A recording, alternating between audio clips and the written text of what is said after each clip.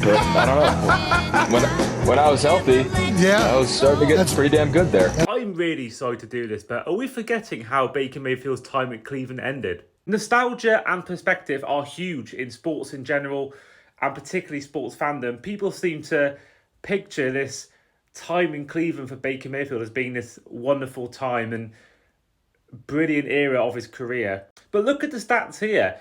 He had 4 seasons as a Browns quarterback. Not one of them he had more than 4,000 passing yards. Looking at the touchdown to interception ratio, 2 of those 4 seasons he's got 4 or less more touchdowns and picks. I mean, look at 2019, only one more touchdown in his interception. And in 2021, he had, 17 touchdowns, 13 picks. So basically, out of the 4 seasons he had at Cleveland, only 2 were really good seasons. But I want to say, first of all, that I love Baker Mayfield. He's my favourite quarterback to currently watch in the NFL. I've loved this story since leaving Cleveland, but that's part of the thing. His best moments have come in a Buccaneers jersey, not in a Browns jersey. You can look at the 2020 season when he got them to the playoffs for the first time in years and they beat the Steelers. You can look back at his 2018 season, his first game where he came off the bench for Tyrod Taylor, led the Browns to their first win in ages. That was a win against the Jets.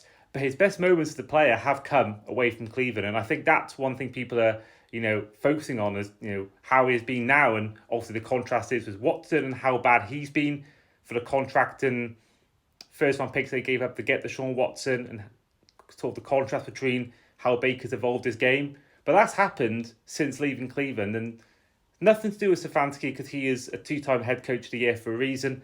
But Baker Mayfield had the honour of working with Sean McVay, and I think he completely changed his career around, and since then it's been pretty good.